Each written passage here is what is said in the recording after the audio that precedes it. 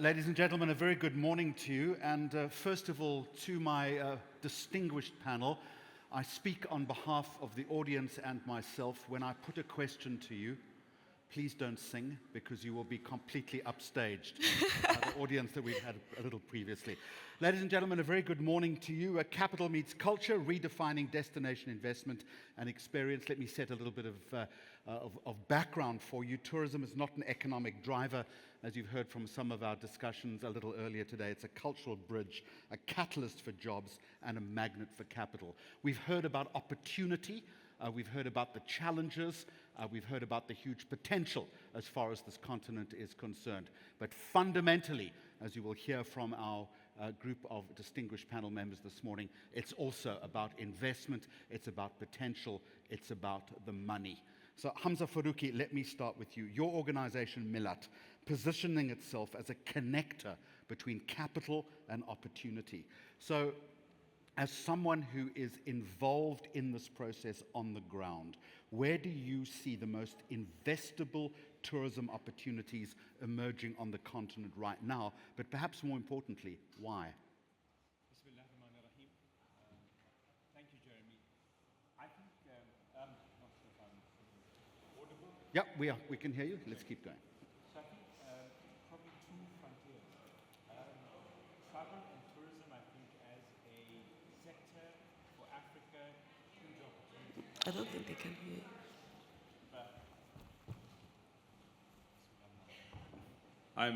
There we go. Loud and go. clear. Thank you very Excellent. much. Let's go. So I think travel tourism, I think huge opportunity for the continent. Where I think the challenge we face is probably two things, right? This industry has to transform itself and start understanding the value of corridor. Because to be blatantly blunt, right? This region, the GCC, is going to build great infrastructure. Where are they going to fill this infrastructure from? It's going to be from the young population from the African continent. So they have to start thinking in corridors. They have to start thinking in moving people. Now, this region has the experience of it, right? Look at what its aviation industry has done. It's connected people. So I think the opportunity for Africa is the connector. The opportunity for Africa is the mobilization of people, the movement of people.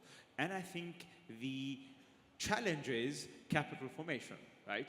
How are you going to build capital formation at scale meaningfully? Because again, governments can only do so much. Today's capital is very smart. And today's capital needs to be matched with real capital. There needs to be access to institutional capital. So whilst governments may want to do things, real capital needs to land. And that, I think, is in the form of private equity. That is in the form of real institutional capital, permanent capital. So I think Africa, opportunity, the corridor, and I think capital formation is where the big challenge and the big opportunity is. Uzo Amaka, let me come to you. Maybe you want to pick up on that theme of corridors, but from your vantage point in West Africa, is there a single factor, a single component that would shift the investment for African tourism, but at a scalable level? Okay, thank you for having me. One single, I think, factor I will build on trust. You wonder why am I talking about trust? Trust is invisible, right? But with trust, the investment will come in. And I think that's where the major issue is in Africa. It's all about regulatory framework being consistent. It's all about the investor believing in the government, the governance, ensuring that the governance system can be trusted. Everybody here has spoken about the opportunity we have in Africa. It's vast. In Nigeria, like my sister mentioned, the young demographic is over 70%. So the opportunity is undoubtable. However, for the investment to come, the investor must trust the system.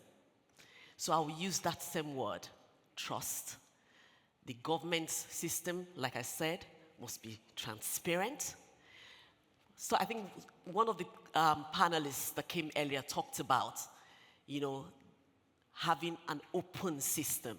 Because when a system is open and transparent, and people believe in the legal framework to ensure that contracts are respected, that the legal framework is also enforceable. You know, when you have this foundation in place, then investments will come. Do you think that trust quotient is starting to be rebuilt or built You sufficiently? say that again? That trust quotient that you talk about, is it being built sufficiently now? We're getting there. Like my sister said, in tourism, we're starting from ground zero. Because one thing we have to do, like I think there was something that we talked about, de-risking a project. An investor coming from outside must be comfortable that we internally, Africa, we are comfortable investing in ourselves. So the first thing, the core, is to ensure that we are comfortable investing in ourselves. That means, for example, Transcorp Hotel. How good are we raising fund in our local banks? How comfortable are we, or how successful is our fundraising ventures? You know, when somebody from the outside sees that our people within have trust in the system, that the fundamentals are right, that the market is ripe, then they'll come. So it's about building corridors, it's about trust. Now, Liam, let's talk a little bit about learning, if we can. Abu Dhabi's model has attracted billions in tourism investment. I think that is fair to say. What makes, in your opinion, then, from your lessons that you've learned on the ground, a destination investment story globally competitive? Are there lessons? Is there anything that Africa can learn, do you think, from that successful narrative? Yeah, for me, there's a couple of things. I think it's really knowing your customer. I think when you look at like kind of what we've done at Morale, and particularly with Yas Island is the kind of becoming the theme park capital within the Middle East, and hopefully in the future with our kind of new assets coming on board, such as Harry Potter and Disneyland, we might be the theme park capital of the world. But I think the success, where we learn from the successes, is really knowing our customer. I'll give an example of that. UAE is very hot during summer, so our theme parks are indoor theme parks. UAE tends to be, when you look at the tourism numbers for the hotels, you're looking around occupancies around 30 or 40% because of that heat. But because of our theme parks being indoors and that we knew there was opportunities, our busiest times in our theme parks is summer. Our busiest month for the whole month is not December, is not April or the other peak periods throughout what is generally around the world, is August, the hottest time of the month. And it's because of the indoor theme parks. But that also represents support from the airlines. The hotels, so Warner Brother Hotels, which is within the theme parks, had 90% occupancy in August. In 10 years ago, that would have been in Abu Dhabi, you're looking at summer being around 30 or 40% occupancy. So they're really knowing your customer. Another good stat to that is, when we look at our customer, something like 50% of all our GCC business comes during that summer period. Yeah? So it's really important that you know who your customer is and you target it. Not try to be something for many, try to be very particular for your customer base. But customer needs and preferences change all the time, so you have to be very adept at pivoting and pivoting quickly, right? Yeah, agree. I think you have to understand it. I think that's a great point. I think COVID I don't think anything's changed our industry as much as COVID's changed it. The way a guest has changed. One of our key source markets is India, and when you look at like how much that changed during COVID, is they would do one trip a year. Now they're doing 5 or 6 trips a year. They've become very much a kind of a experience-led country. So we've had to change the way we market it. Yeah. Another example is as we're talking today is Africa. It's like we're seeing great growth out of Africa. We're up 50% this year just coming out of Africa. It's really making sure our product also changes for that customer needs. Senthil, it's not just about theme parks and tourists, it's also about the business of tourism. And in that respect, the global meetings and events industry is increasingly central, I would contend, to tourism strategy. So how can MICE, in your opinion, then help position Africa more powerfully on the global investment map? What needs to change? What needs to be recalibrated in that respect? I think, thank you, Jeremy. I think the most important factor for business events is bringing the thought leadership into a destination. Primarily looking at investors, looking at financiers, looking at any type of contributor to a destination where business events brings them to the destination. Because we all need conferences, we all need meetings to sit, talk, and understand what we want to do, like what we are doing today. Some of great friends here, Honorable Minister Rodney and then Honorable Minister Patricia, the Minister from Nigeria. Even in Africa, what we do as an organization, International Congress and Conventions Association, bringing that enabling model into the destination, bringing this thought leadership into the destination. So it triggers the investors' confidence. It also bridge among the local community and the investors. And most importantly, it also enables them to have a dialogue in the local community. Infrastructure development, we spoke from morning.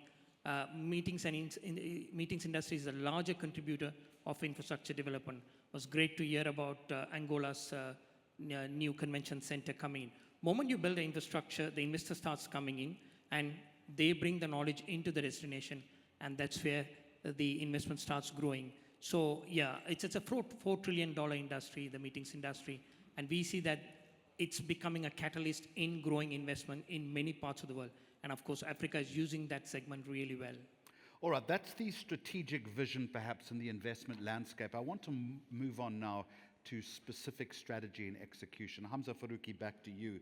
Are there specific levers within the Millat organization that you are pulling to accelerate capital development into tourism assets and partnerships across the continent? Very simply, how are you coalescing and pulling all of that together? So two things to go to that, right? One is track record and execution is very important because yes, trust is a very valuable commodity, but execution is also very important. The investors of today are very sophisticated. Again, I'm going to point out that this part of the world, sovereign capital sitting in this region is not just going to mobilize because of some kind of a nice will. They are very smart, prudent investors. They invest alongside global private equity funds, the Blackstones, the Brookfields of the world. They aren't even in Africa. So I think it's going to take a lot of emphasis on execution and track record. And that's again the challenge, right? We can have all the will, but if we don't have that execution capability, if we don't have that track record, so I think that's very important. And I think at Millat, what we are trying to do is to make sure that we have that in the projects that we do, in what we focus on what we build. Two is I think there needs to be scale. Buying a couple of trophy assets, that's not scale. Travel and tourism operates on a lot of scale. And I think that's where origination quality is very important. So I think for us, what we find, what we deploy, what we do, scale is very relevant. I think also where you can really find opportunities of dislocation, I think is also very important. South Africa has had incumbents who have sat there for a very long time. There's probably opportunities for change. I'm also a great believer in certain parts of Africa, there's a lot of opportunity in the brownfield space. So I think those are factors, again, which need to be looked at. The creation of the corridor, the global south, how you effectively connect the bottom part. Because in a simple world, I think the US is had its time. Europe, I think, is suffering from over-tourism. I think that next wave frontier sits right here in this region and who it chooses to connect with. And I think Africa is a very natural extension of that. Providing they are seeing the stability that is necessary for investment and there is a guaranteed positive return on investment, Of right? course. Provided there's execution, right? And that execution from the private sector has to be capability. Where there's no capability, you're not going to see execution. And I think from government side, provided they execute on what they need to do. We can't still be sitting on forums and talking about visas and access.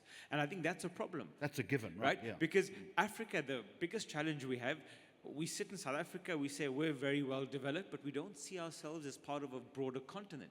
You look at Europe, when they speak of Schengen. When you speak of North America, it speaks as a collective voice. When you speak of the Middle East, it speaks as one collective voice. It speaks as what's good for the region is good for the UAE.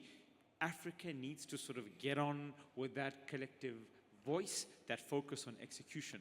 Those are the fundamentals which are going to determine the future of success of travel and tourism in Africa. So, Amaka, I see you are nodding your head. How is your organization then balancing domestic growth, which is critical, with international investment partnership, all leading towards expanding your hospitality footprint? Okay, for us at Transcorp Hotel, I mentioned when I spoke earlier about the core. So the domestic fundraising would help us kick off what we plan for the hotel. Like currently, we have a 670-room Transcorp Hilton Abuja hotel, and our occupancy exceeds 80%. And that's not something you find in other areas apart from the UAE. So we're looking at expanding by another 100 keys, and that we'll do domestically using, raising funds internally, that's within Nigeria. Because like I said, if we can do it ourselves, it helps give the external parties confidence that these people know what they're doing. And then secondly, we're also looking at the Transcorp Ikoyi in Lagos. That is going to be a 315-key hotel, costing about $250 million. So that is another investment that we're looking at. And then also you mentioned when you spoke earlier about event center. That's another thing that we've actually done. We have a 5,000-seater conference hall called the Transcorp Center, and it actually brought in the Afrexim Bank annual general meeting mid-year. So it just opens up our expansion plan to the outside world. What he mentioned earlier was about execution.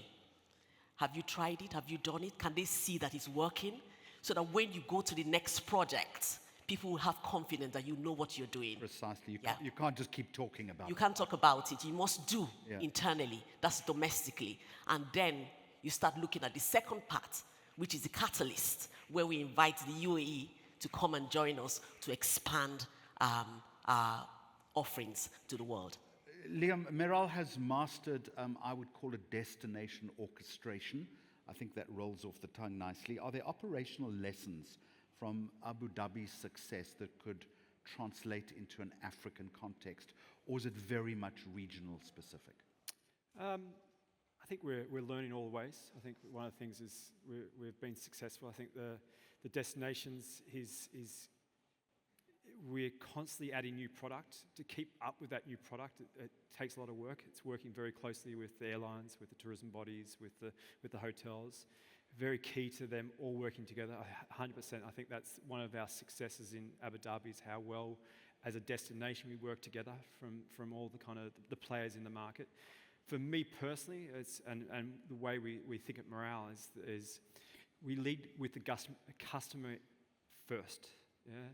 So whatever we do is always put the customer first.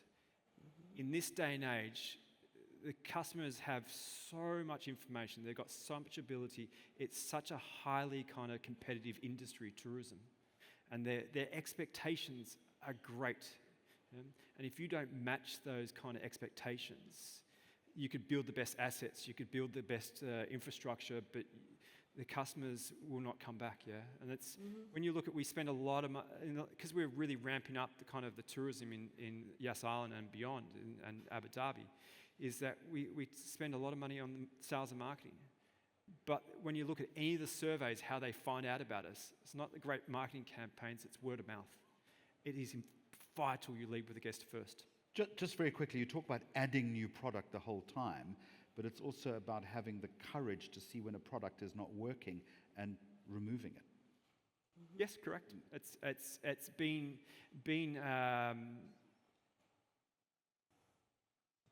having the ability to change course quickly, but having the flexibility to understand what your consumer wants and what they've changed in their wants and actually make those changes. Yeah?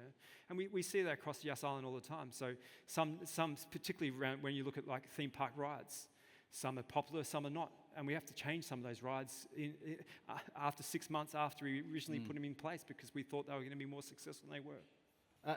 Senthil, I want to come back to that word trust that was mentioned a little earlier. And maybe within the space that you operate, how can African cities, in your opinion, build the kind of world-class MICE infrastructure and ecosystems that investors believe in and trust, that will have a degree of perpetuity? Thank you, Jeremy. I think Africa is all about variety and diversity. Enormous amount of Good IT, you said. Absolutely, yeah. It's huge potential. To get the policymakers up there, I think that's what today, great to see so many policymakers around the continent being here. To build that trust, it's very important. The customer, like I mentioned as well, the meetings industry customer is looking at variety and diversity. The traditional marketplace doesn't exist anymore. So they want to cater to the scientific community. They want to cater to the business community. So as an investor, they want to bring their meetings. They want to invest on infrastructure. They are looking at the policymakers to become the enablers, start moving the barriers out of in the destination, and then the investment starts coming. The moment the investment comes in, the meeting starts follows. If I give a quick example, in the last, through the database when we did a research in the last 8 months, AI-related meetings, all about 980 meetings have been invented in this world, so 980 in artificial intelligence. Out of that, 420 of those were held in Africa. So I'm talking of 2024, 2025 as of today. So you can see the potential. What the audience wants is to build, create more bilaterals, bring the multilateral approach there, and sort of take the barriers out so that more investments can come in, more meetings can come in. Because the attraction is there, the infrastructure is there, but you need to be up there to talk about how to remove the barriers. Folks, we're coming to the end of this conversation. I've got an eye on the clock, so let's look forward. Hamza Faruqi, if you could make one bold move to unlock $1 billion in tourism investment, what would it be? The creation of the travel corridor, which is solidified with brand, technology, and with the ability to connect the dots and move people. I just want to add one thing here. When he spoke about AI, I'm almost certain those 350 people all used agentic AI, said, where can I go? Where can I? They all were looking for the permission to be discovered and explored, and they all probably said, where can I get great nature, great food, great capability, and a great experience? And Africa probably, the agentic AI algorithm probably all pointed them to Africa. Our job is to find the ability to connect that, put it together meaningfully, thoughtfully, and to curate that. And I think the UAE has a very important role to play in that. So but that is happening, right? I mean, but what you're suggesting is not quick enough. I don't think that execution currently exists. I think it's very fragmented, it's very half-hearted. I think for that to happen at speed and scale is what is the order of the day. Zomaka, how do you ensure that communities benefit meaningfully from tourism capital flows? I think for us in Nigeria, it has to do with the supply chain. So supply chain is localized. So what we're trying very much to do at the Transcorp Hotel is to ensure that the communities around us benefit as our industry, as our business grows. So that's key. Secondly, is capacity training to ensure that our people are well trained to serve better. Because hospitality is about the human touch. And it's something that we teach our people to do. And what we're trying to push out there is the uniqueness of the African hospitality. So that is how we actually touch the communities around us. So it's all about doing good and doing well at the same time. Liam, how do you see, and again, you're plugged into the success of tourism, how do you see global investor appetite for African tourism evolving over the next couple of years? What are you hearing, and do you have a degree of confidence in that respect? Yeah, I think Africa's got a huge opportunity coming forward. The biggest thing I've seen in tourism is, besides AI, of course, I think that's going to be what we're seeing. The change in our industry is massive, but it's across all industry. But when it comes to tourism, it's no longer people looking for R&R when it comes to holidays. Traditionally, 20, 30 years ago, it was R&R. Today, it's all about experience. It's about experience-led economy. And I think that's where Africa particularly has this huge opportunity, untapped, to give it experience-led. And people are looking for new things, and I think that's where the biggest opportunity is. As Hamza was saying, often driven by good algorithms. Correct. Correct. So, Senthil, let me put the last question to you. What do you think, then, the continent of Africa needs to do to secure its place on the global calendar of MICE events? What's the big ask here? What's the big Absolutely. challenge? Talk about what you got there. Very simple. Great leadership in UAE. So there are many examples where how the market has been driven. Africa's key strength is about, again, I'm going to touch on that, Jeremy, variety and diversity across the continent. So you come for a meeting into the region, it gives you multi opportunities. It's not that one country you're getting in. So that every meeting organizer is looking for that opportunity and to add value for money for their delegates. So if you go up there as a united front, you promote the region, you have the business in front of you. So, corridors, trust, and experience, all critical. Folks, thank you very much indeed. Please give them a round of applause, ladies and gentlemen.